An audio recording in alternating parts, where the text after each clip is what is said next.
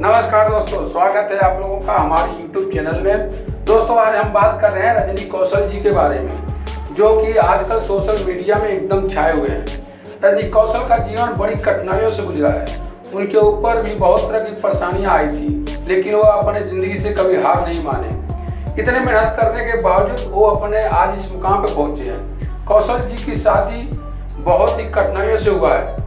वह एक दूसरे से बहुत प्यार करते थे, लेकिन उनके घर वाले शादी के लिए राजी नहीं थे। बाद में कौशल जी ने रजनी से शादी अपनी मर्जी से कर ली और कहानी यहीं से शुरू हो गई।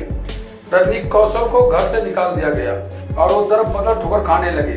उनके पास खाने के लिए पैसे नहीं थे और अपनी ज़िंदगी काटनी बड़ी मुश्किल पड़ गई थी। इधर उधर मजदूरी करके पेट पालने लगे और इधर यूट्यूब में भी काम करना शुरू कर दिए।